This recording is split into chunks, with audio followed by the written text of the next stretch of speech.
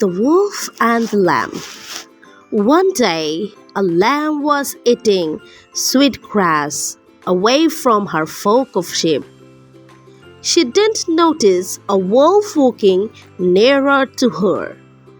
When she saw the wolf, she started pleading, "Please don't eat me.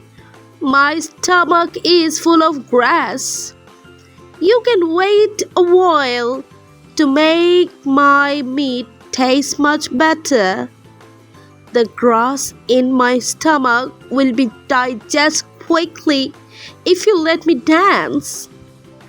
The wolf agreed. While the lamb was dancing, she had a new idea. She said, "I can dance faster if you take my bell and ring it so hard." The wolf took the bell and started to ring so hard.